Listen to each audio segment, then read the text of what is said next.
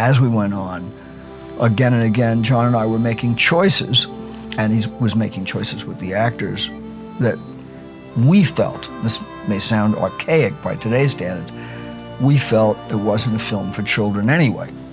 And we chose to go ahead and do what we were going to do. I never paid any attention to ratings of the film or controversy over its subject matter. It was a good screenplay with wonderful human story. It didn't occur to me that we are breaking social barriers or upsetting establishment values. The outrageous balcony sequence with John Voight and Bob Balaban, and that broke a lot of taboos at its time. But, you know, it wasn't anything that wasn't happening on 42nd Street, you know, at any time of day or night. I was such a newcomer when I did this movie. I was in college at the time.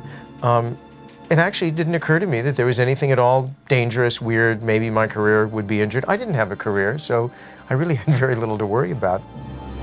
Film was finished, and I think UA must have shown a print to the MPAA, and they came back and they said, well, unless they'll make cuts, it's gonna have to be an X, which meant, just so you understand the significance of that, at that time, there were markets in which it couldn't play, and you couldn't get any advertising on television. And so we went out as an X. We'd seen the film and said, this is wild film, it's pretty good, but is anyone gonna like it, or are people gonna walk out in droves? And at that screening on 7th Avenue in New York, it was electrifying at the end. People were sobbing in tears, applauding. It was amazing. First of all, no one had any expectations for the film. That film was being done in a climate of the so-called golden age, you just try to do good work. I never anticipated it was going to be as successful as it became. Then there were these Oscar nominations, and then there were these Oscars. And everybody's lives changed. I said to my dad, I got nominated. He said, yes, and all my friends said that you got nominated and you're playing a hooker. I said, yeah, but I'm only playing it. It never happened in the history of the industry that an X-rated film was voted the best picture. We never ever thought that this could win an Oscar, because in those days the Academy vote was really old and really conservative. I went to the Academy Awards that year, and there was that divide, the old school and the new guys. I was part of the new guys. We were actually in London filming Sunday Bloody Sunday. And John was quite modest and said, I don't think I want to go to Hollywood. We're the dark horse, but we're probably not going to win. And besides, I'd look like a fool, being very British. I'd look like a fool if I went to Hollywood and came home empty-handed. So we stayed in London shooting Sunday Bloody Sunday.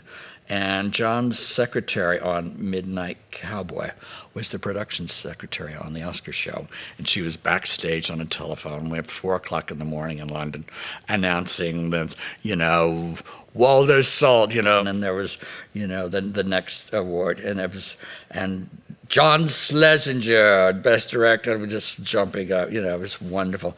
And then finally, the Best Picture of the Year. And so it was really exciting. It was an interesting night, and that we won the awards, I thought was deserving, that it was a great picture. After the film won an Oscar, the ratings board came back, and they said, look, if you will let us cut 1 frame out of the movie so we can say it was recut, we'll change the rating. John and I said, absolutely not. We're not taking a frame out of the movie. We don't care what you do. And the guys at UA absolutely supported that. They said, N-O. Picture doesn't get cut. So I guess when you get the stamp of approval of the Academy, you get to be a little more risque. But it was a sort of a dubious distinction, I thought, for a while, that I got to be the X rating of a movie, for 5 minutes. I'm walking here! I'm walking here! Up yours, you son of a bitch! You don't talk me that way! Get out of here! It really holds up very well.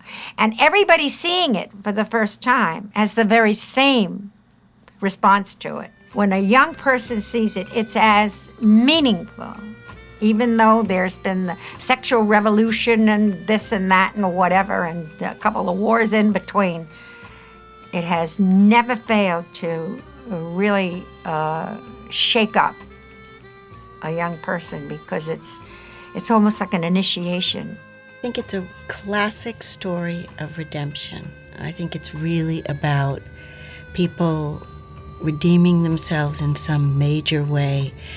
And the journey is, even though in the movie it's a tiny little journey, it's a bus ride, it's massive. It's about a certain way of life in New York, and it's about a very rarefied section of society. And I mean, after all, the lead is a hustler. These kind of characters were not thought of as heroes. And those were the people that if you walked on 42nd Street and you were one of us, you averted your eyes. They were not people that you knew about, that you wanted to understand. They were people that you avoided. And the movie forced you to see them as one of you, one of us. We're all out there selling our souls, basically. He was selling his body with his soul. We don't all sell our bodies with them, but we are all out there in a very dangerous, difficult world, mostly. And yet we're all looking for the same thing. You know, we're all looking for love and acceptance and friendship. And I think that Ratso Rizzo's dream, you know, to go where it was warm, you know, to be in Florida, well, that's where everybody goes, isn't it? I think the reason audiences still respond the way they do is because the fundamental aspects of the story are timeless. I mean, it is, no matter how you slice it or how strange the characters may be or the environment, it's a love story. And, you know, two people who ultimately make a commitment to one another, irrespective of, you know, what their backgrounds or the level of their intelligence or anything else. I'll just tell him, you want me, I don't go nowhere without my buddy here. I don't think either of them had ever had an intimate relationship. I don't think they had ever really known what it was to be loved, much less to love. And I think that's what the film expresses, because that's what John wanted it to express, more than any other emotional element. That connection and his ability to rise to the obligation of that connection, to rise to the obligation of being a friend, of being family to someone, is what made, you know, what makes him a man instead of a freak. And it's what allows him to reach over and close his eyes. And those are the two moments that my dad always talked about being the big moments for Joe Buck, were the eye closing in the bus and then the tossing of his clothes in his little goofy short sleeve shirt, throwing away the cowboy boots and the hat and everything, and just being a guy, throwing away the bullshit dream and becoming a man. When John Voight holds Dustin in his arms in the bus, it's really beautiful.